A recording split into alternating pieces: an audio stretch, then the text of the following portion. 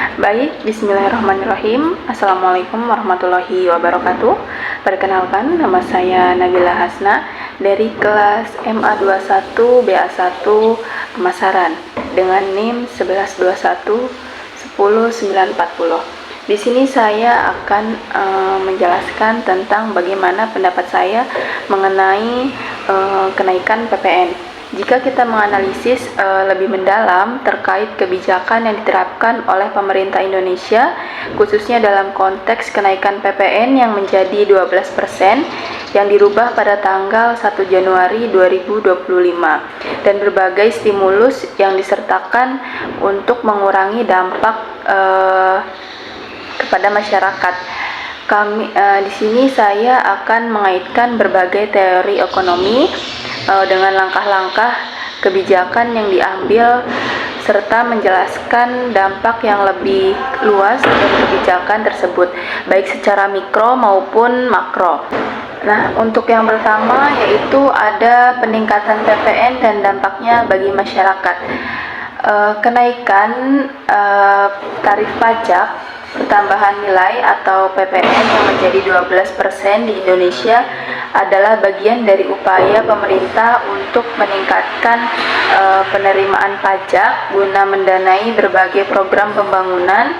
Namun, dari perspektif ekonomi mikro, langkah ini berpotensi membebani daya beli masyarakat, terutama untuk barang-barang dan jasa yang sangat dibutuhkan oleh kalangan berpendapatan rendah dan menengah. Hal ini dapat dilihat sebagai langkah yang bersifat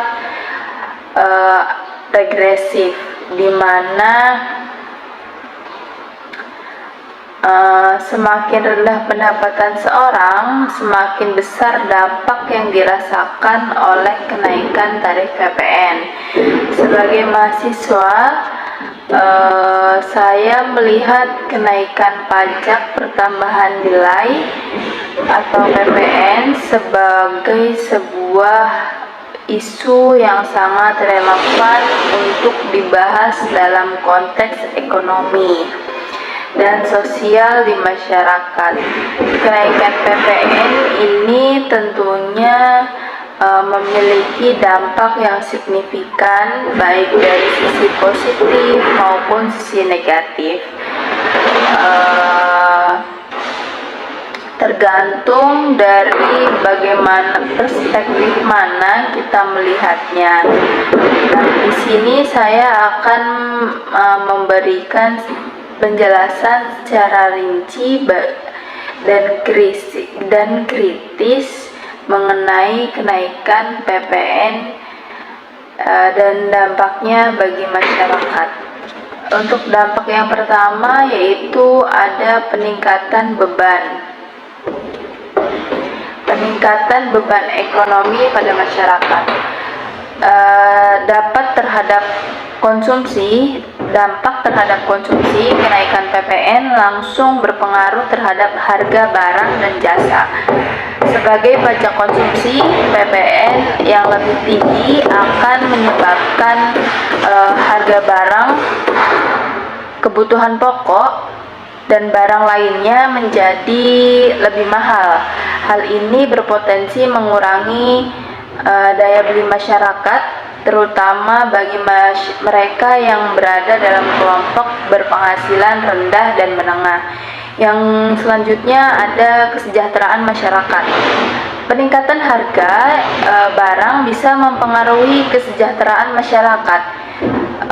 Kenapa? Karena yang terbebani dengan biaya hidup yang terus meningkat, masyarakat berpenghasilan rendah akan terdampak karena mereka menghabiskan sebagian besar pendapatan untuk kebutuhan pokok yang akan menjadi lebih mahal akibat kenaikan PPN.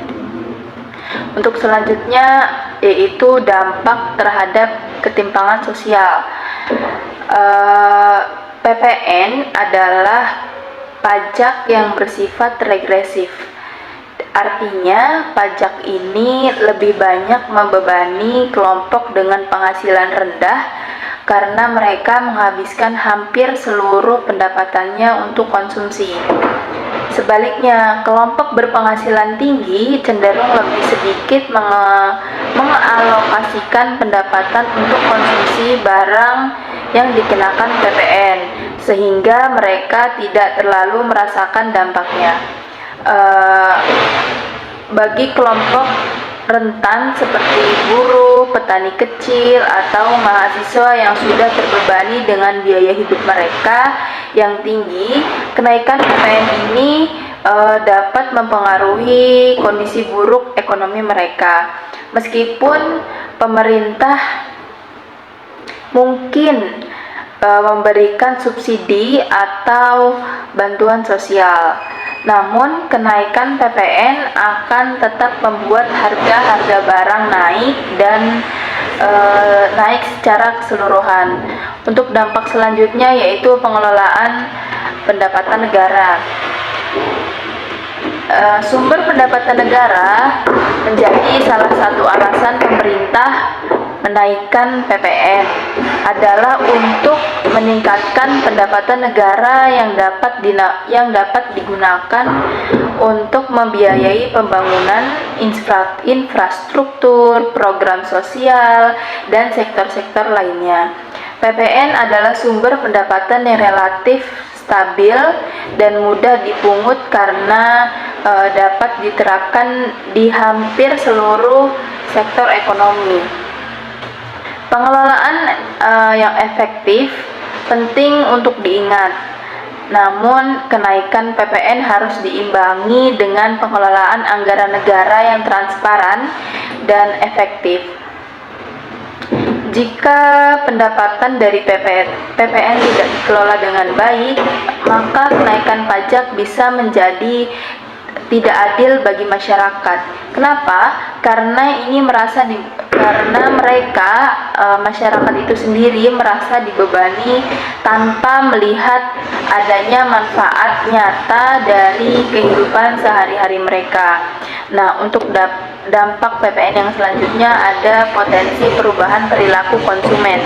Perubahan pola konsumsi pada kenaikan PPN mungkin dapat mendorong masyarakat lebih berhemat, terutama dalam mengonsumsi barang-barang yang dikenakan pajak. Hal ini bisa berdampak pada penurunan konsumsi barang tertentu, khususnya barang yang tidak esensial. Sementara itu, bisa jadi terjadi peningkatan konsumsi terhadap barang yang dinaikkan PPN atau lebih murah, yang bisa mengubah pola ekonomi masyarakat. Selanjutnya, dampak pada industri. Kenaikan PPN dapat mempengaruhi sektor-sektor yang sangat bergantung pada konsumsi seperti sektor retail, perhotelan, dan restoran. Jika barang dan jasa meningkat secara signifikan, konsumen mungkin akan mengurangi pembelian, yang pada akhirnya bisa mempengaruhi perekonomian secara keseluruhan. Nah, untuk alternatif mengurangi dampak buruk, pemerintah dapat melakukan pemberian subsidi atau mengurangi dampak buruk. Nah, pemerintah bisa mempertimbangkan untuk memberikan kompensasi pada kelompok masyarakat yang paling berdampak, seperti dengan memberikan subsidi langsung atau program bantuan sosial yang tepat sasaran. Ini dapat membantu meringankan beban masyarakat yang kurang mampu dan menghadapi harga yang lebih tinggi akibat kenaikan PPN. Selanjutnya, pemerintah dapat mengatur PPN yang lebih selektif.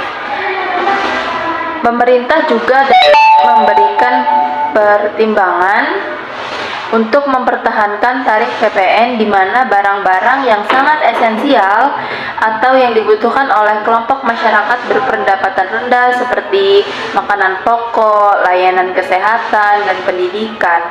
Hal ini dapat membantu menjaga kesejahteraan masyarakat tanpa merugikan kelompok yang kurang mampu. Kenaikan PPN sendiri dapat dilihat sebagai langkah meningkatkan pendapatan negara. Namun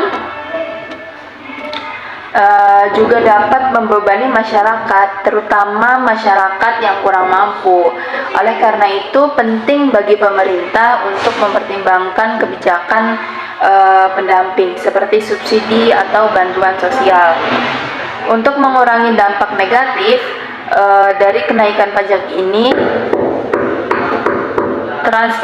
selain transparansi dalam pengelolaan anggaran negara dan penataan ulang pajak yang lebih progresif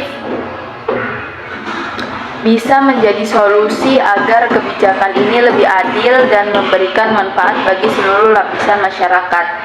Untuk teorinya sendiri, terdapat teori dari tax incidence yang menyatakan bahwa siapa yang menanggung beban pajak bergantung pada elastisitas penawaran dan permintaan barang atau jasa tersebut.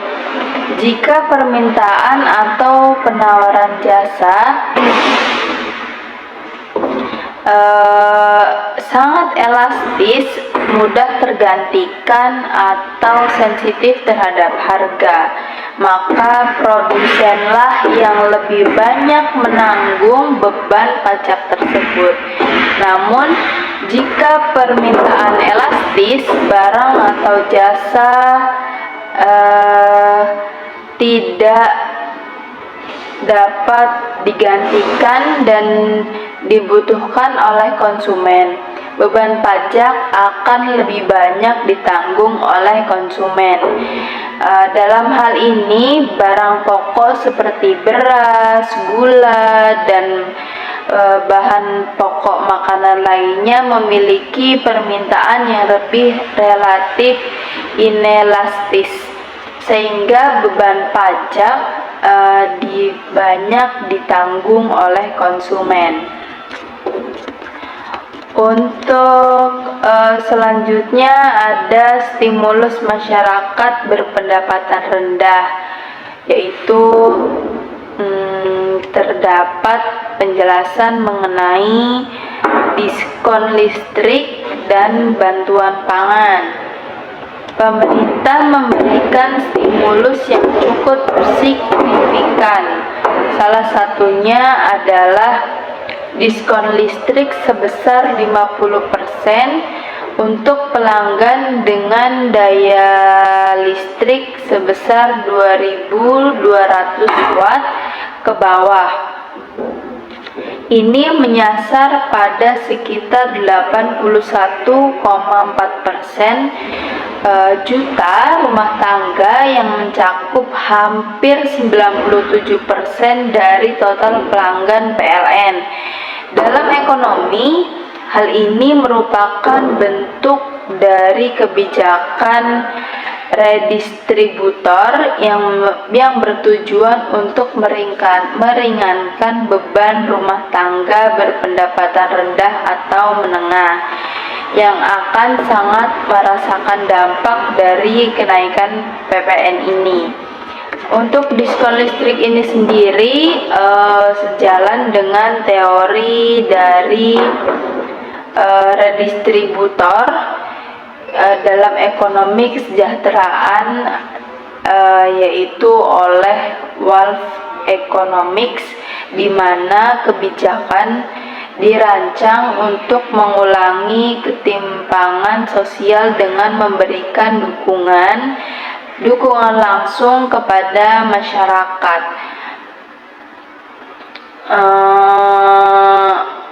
di mana masyarakat yang paling membutuhkan ini diberi dukungan dengan mengurangi tagihan listrik yang merupakan salah satu pengeluaran rutin dari warga.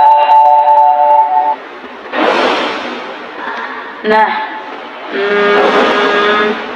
kebijakan ini dapat mengurangi tekanan inflasi pada rumah tangga miskin dan menengah yang cenderung lebih besar mengalokasikan pengeluaran mereka untuk kebutuhan dasar termasuk listrik.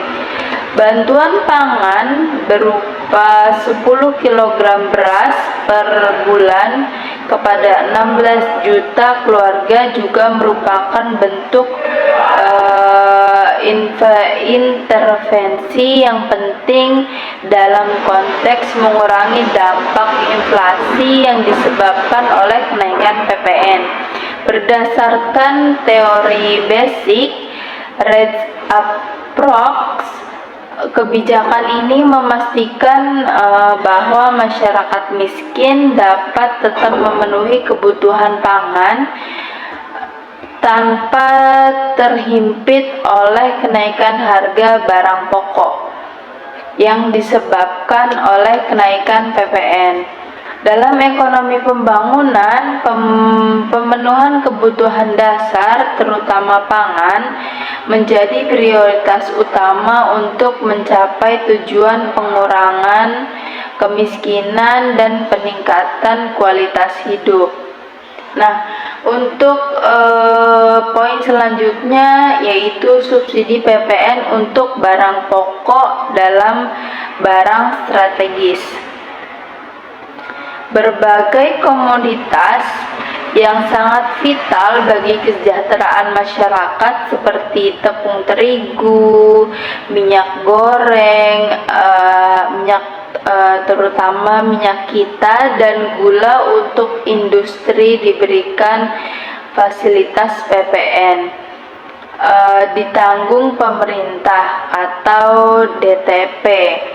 Ini adalah upaya pemerintah untuk menahan inflasi yang berpotensi timbul akibat kenaikan tarif PPN pada kebutuhan barang-barang pokok. Dari perspektif teori supply side economics, insentif ini bertujuan untuk menjaga kestabilan harga dan memperlancar distribusi barang-barang yang sangat penting untuk dikonsumsi masyarakat, terutama untuk sektor industri pengelolaan. Selanjutnya ada tepung terigu misalnya, merupakan bahan baku yang penting digunakan dalam produksi roti dan makanan olah lainnya. Dengan mempertahankan tarif PPN pada tingkat 11%, diharapkan harga tepung terigu tetap stabil, yang pada gilirannya dapat menstabilkan harga makanan yang mengandalkan bahan baku ini. Selanjutnya ada minyak kita. Minyak kita juga merupakan barang strategis yang terkait langsung dengan kebutuhan masyarakat luas, terutama di kalangan masyarakat berpendapatan rendah. Pemberian subsidi pada barang-barang ini diharapkan tidak hanya sangat menjaga stabilitas, tapi juga meningkatkan daya beli masyarakat yang sangat penting untuk pemeliharaan ekonomi pasca pandemi. Selain itu, gula untuk industri juga memiliki peran penting dalam mendukung sektor industri makanan maupun minuman, yang merupakan sektor padat karya yang menyerap banyak tenaga untuk kerja. Dengan menjaga tarif PPN pada gula industri, pemerintah mencegah penurunan produksi industri yang bisa berdampak negatif terhadap perekonomian secara keseluruhan. Nah, untuk poin selanjutnya ada PPh final senilai 0,5% untuk UMKM. Berdasarkan pendekatan inklusif untuk pengembangan ekonomi, pemerintah juga memperlakukan pajak untuk UMKM yang merupakan tulang punggung perekonomian Indonesia. UMKM sendiri menyumbang lebih dari 60% dari PDB Indonesia dan dari PDB Indonesia dan menyerap sekitar 97% tenaga kerja. Menurut data dari Kementerian Koperasi dan UMKM, oleh karena itu kebijakan PPh final senilai 0,5% untuk UMKM dengan omset sekitar 500 juta hingga 4,8 miliar ini per tahun sangat krusial untuk mendukung kelangsungan dan pertumbuhan sektor ini. Dari perspektif Economic Development Theory, UMKM yang berkembang dan semakin mandiri akan mendorong pertumbuhan ekonomi yang lebih inklusif.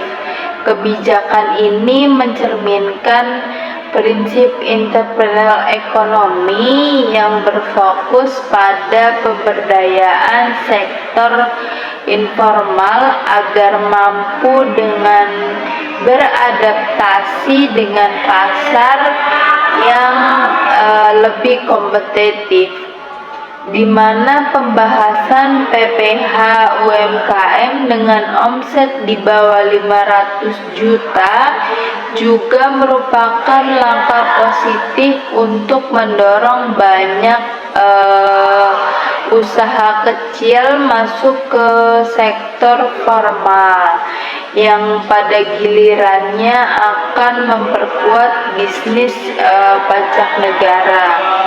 Untuk poin selanjutnya ada insentif untuk industri dan properti, meningkatkan investasi dan konsumsi. Pemerintah juga memberikan insentif pada sektor industri dan properti yang diharapkan dapat mempercepat ekonomi.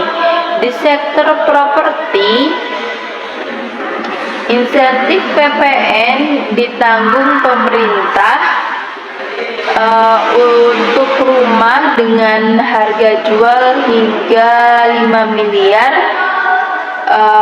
berpotensi mendorong sektor konstruksi yang terpukul selama pandemi. Pemerintah menawarkan diskon 100% untuk PPN pada rumah dengan harga 2 miliar selama 6 bulan pertama pada tahun 2025, yang kemudian akan berkurang menjadi 50% pada paruh kedua di tahun 25. Kebijakan ini mendukung teori multiplier effect, di mana setiap investasi yang dilakukan dalam sektor properti dapat memberikan efek berantai mendorong pertumbuhan ekonomi. Hal ini akan mendorong lebih banyak investasi dalam membangun perumahan yang pada gilirannya menciptakan lapangan kerja dan meningkatkan konsumsi barang-barang dan jasa terkait konstruksi seperti material bangunan dan tenaga kerja. Nah, untuk poin yang selanjutnya ada tantangan implementasi dan pengawasan kebijakan. Meskipun kebijakan yang diterapkan sangat komprehensif, tantangan terbesar adalah pada tahap implementasi dan pengawasan. Dalam teori public choice, salah satu tantangan terbesar dalam kebijakan fiskal adalah potensi penyalahgunaan dan pemborosan sumber daya publik. Oleh karena itu, efektivitas kebijakan ini sangat bergantung pada transparansi akuntabilitas dalam distribusi bantuan sosial, subsidi, dan insentif lainnya. Pemerintah harus memastikan bahwa distribusi bantuan pangan, subsidi listrik, dan insentif lainnya dilakukan secara tepat sasaran agar manfaat ini dapat dirasakan oleh kelompok yang sekiranya membutuhkan. Nah, untuk sistem distribusi yang buruk atau ketidakjelasan dalam prosedur dapat mengarah pada ketidakefektifan kebijakan atau bahkan meningkatkan ketimpangan sosial yang justru memperburuk masalah yang ingin diselesaikan. Jadi, untuk kesimpulannya sendiri, secara keseluruhan, kebijakan PPN yang diiringi dengan berbagai stimulus dan insentif untuk mencerminkan usaha atau upaya pemerintah yang cermat dalam menjaga keseimbangan antara pemenuhan kebutuhan pendanaan negara dan perlindungan terhadap kelompok masyarakat yang paling rentan dengan menggunakan pendekatan-pendekatan yang berdasarkan teori ekonomi yang relevan seperti redistribusi, ekonomi kesejahteraan, pembangunan sektor UMKM, dan multiplier efek, serta kebijakan ini juga berusaha untuk memperkuat perekonomian Indonesia dalam jangka panjang. Meskipun tantangan implementasi dan pengawasan tetap harus menjadi perhatian utama. Untuk alternatif terhadap dampak PPN terhadap beberapa yang bisa diambil untuk mengurangi dampak negatif pada penerapan PPN, baik dalam hal kebijakan, perpajakan, maupun dalam pengelolaan pendapatan negara. Yang pertama, ada pengecualian PPN untuk barang dan jasa pokok. Salah satu cara meringankan beban masyarakat, terutama golongan berpenghasilan rendah, adalah dengan memberikan pengecualian untuk barang dan jasa pokok seperti makanan, obat-obatan, dan pendidikan. Untuk alternatifnya, pemerintah dapat memberikan kebijakan pembebasan PPN terhadap barang dan jasa yang dibutuhkan oleh masyarakat luas, agar beban pajak tidak terlalu membebani mereka. Misalnya seperti tarif PPN yang lebih rendah untuk kebutuhan dasar seperti sembako dan perawatan kesehatan. Yang selanjutnya ada pengembalian atau pemberian subsidi PPN untuk masyarakat berpenghasilan rendah. Untuk menanggulangi dampak negatif pada kelompok masyarakat yang berpenghasilan rendah, pemerintah dapat memberikan pengambilan pajak atau subsidi kepada golongan tersebut agar mereka tidak terbebani dengan pajak konsumsi yang lebih tinggi. Alternatifnya sendiri, pemerintah dapat mengimplementasikan sistem bantuan langsung atau subsidi yang disesuaikan dengan tingkat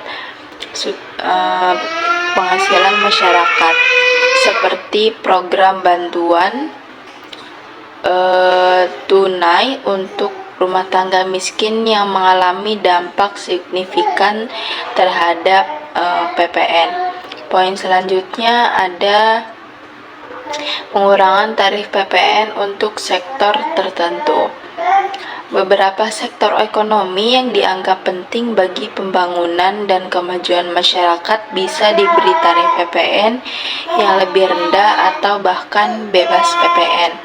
Alternatifnya sendiri, mengurangi tarif PPN pada sektor-sektor seperti pendidikan, kesehatan, penelitian, dan sektor ramah lingkungan, serta dapat mendorong perkembangan dari sektor tersebut tanpa membebani masyarakat dengan pajak yang terlalu tinggi. Poin selanjutnya ada sistem PPN yang lebih efisien dan sederhana. Penerapan sistem PPN yang lebih sederhana dan transparansi akan memudahkan pemungutan pajak serta mengurangi beban administrasi bagi pengusaha kecil. Untuk alternatifnya sendiri, pemerintah dapat melakukan reformasi administrasi PPN yang lebih sederhana, misalnya dengan menggunakan sistem online dan memudahkan pengusaha kecil untuk melaporkan dan membayar pajak mereka tanpa harus menghadapi prosedur yang rumit. Sekian sekiranya pendapat yang dapat saya sampaikan. Kurang lebihnya mohon maaf. Wassalamualaikum warahmatullahi wabarakatuh.